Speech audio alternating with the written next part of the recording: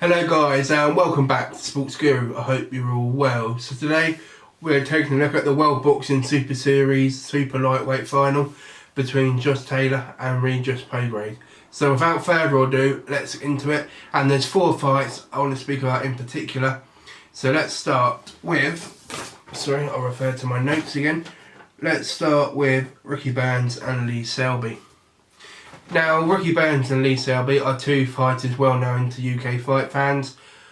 Both used to have world titles at their respective weights. Ricky Burns, obviously, a 3-weight world champion. And Lee Selby, he was the featherweight champion of the world IBF before he lost that to Josh Warrington. So this fight is really a crossroads fight for both of these fighters. Potentially, you could say the loser has nowhere to go. I think that's probably more so the case for Ricky Burns given his age as well. But actually, I think Ricky Burns could win this fight. He's been written off so many times before. He's come on off a fairly big win, what he had last year. Everyone would think that he would have retired by now, but he just loves the sport and he keeps coming back. He's always training, so rim rust won't be an issue with him. You can't say the same about Lee Selby though. He's had a bit of a stop-start career since he left Matchroom initially. He left at the time when the likes of James Gale left and they were promised this big vision with the PBC, but that never materialised for them two, unfortunately. And sort of Lee Selby was left in limbo with his career, but now he's sort of had a few good wins since the Josh Warrington defeat, and now he's sort of teamed back with Matchroom. I think I'm right in saying by fight, and now they've landed this massive fight for both of those on the card. As I said before, I think Ricky Burns will just edge it on points.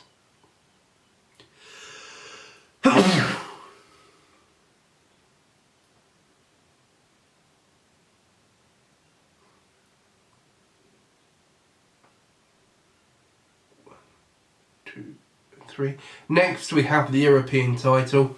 Lawrence Okole is challenging Nagubu for that.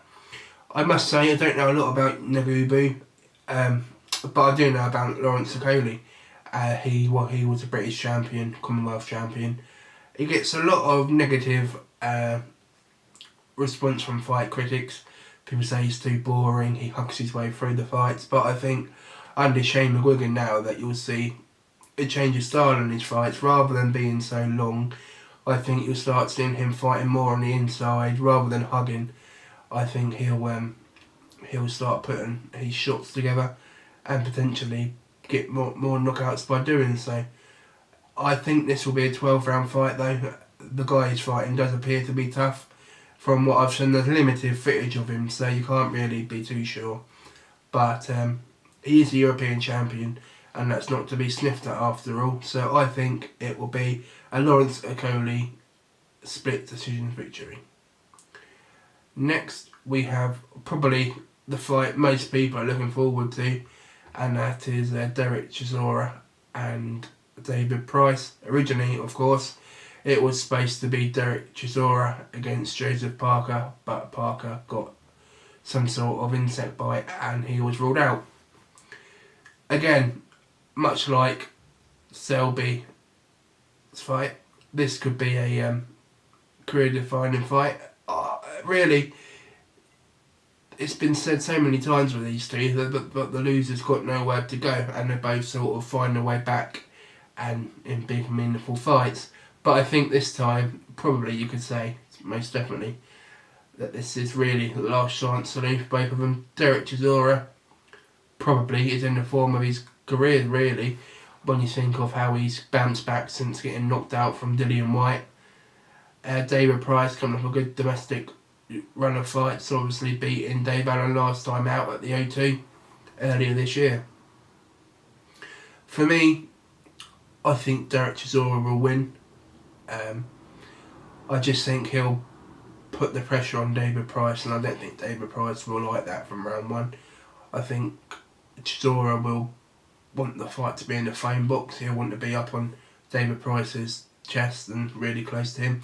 He can't let David Price use his long arms and create the distance, because I think that will be curtains for Del Boy. Unsure about his trainer. They had their public workout last night, and it was a typical Derek Chisora thing that he done. He brought his dog. He brought his dog with him, and he let his dog run around the ring, and then he proceeded to call in a few people, and then was handing out boxing gloves. So I don't know too much about his trainer. I know he's worked with Shane Wigan and Jorge Rubio before, so he must have decent knowledge about boxing. But as I said, I think Del Boy will win this one and potentially end David Price's career. And the main event, we have Josh Taylor and Regis Prograis for the WBA, IBF, Ring Magazine and WBC Silver Super Lightweight titles. Now this fight, I've gone back in my head to and fro who will win. Obviously they're both undefeated. Obviously they've both got their respective world titles. The two right men in the final for me, I think they're right in saying they're seeded 1 and 2, if you want to go by that jargon. And for me, I think it's going to be a really tight fight, probably a split decision win or a late stoppage, but I just think that it's going to be a Josh Taylor victory. I've been impressed with Taylor his whole career. I've followed his career from when he was at the Commonwealth Games, in fact. And obviously the majority of his fights have been on Channel 5 as well, so easy to follow. Regis Prograis, I've seen, the only fights I've seen of him, if I'm being truthful, are his fights in the Super Series. I didn't know much about him beforehand. He impressed me from what I've seen. He's a good fighter, and he can box as well. So I can't see how this won't be a great fight. I just can't.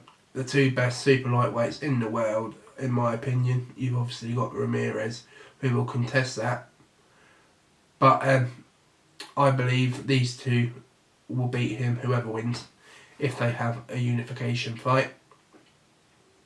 In my eyes, I'm going to put my balls on the line, and I'm going to say a Josh Taylor a victory mid to late rounds. So let's say between 10 and 12, I think a Josh Taylor victory. But as I've said, Regis Prograis, who knows what he's going to do? He could come out and spark Josh Taylor early. We don't know. We know Josh Taylor's been down before, but let's see how the fight plays out. Also, just to mention a few fighters on the undercard, you've got Conor Benn, there is Austin Williams, Luke Blackledge, Shannon Courtenay, to name a few. Conor Benn, he's had a bit of a stop-start career himself. I think he's been injured. He's back against a guy called Steve Jamo, and that's just a 10-3 for the WBA Intercontinental title. I see a fight that's been touted about a lot recently since the Newcastle card last weekend. It was Conor Benn and Laws, so that'd be a decent fight if that materialises down the line. I think Laws will probably need a few more fights beforehand, but Conor Benn's back on the undercard, so let's see how his career progresses as well.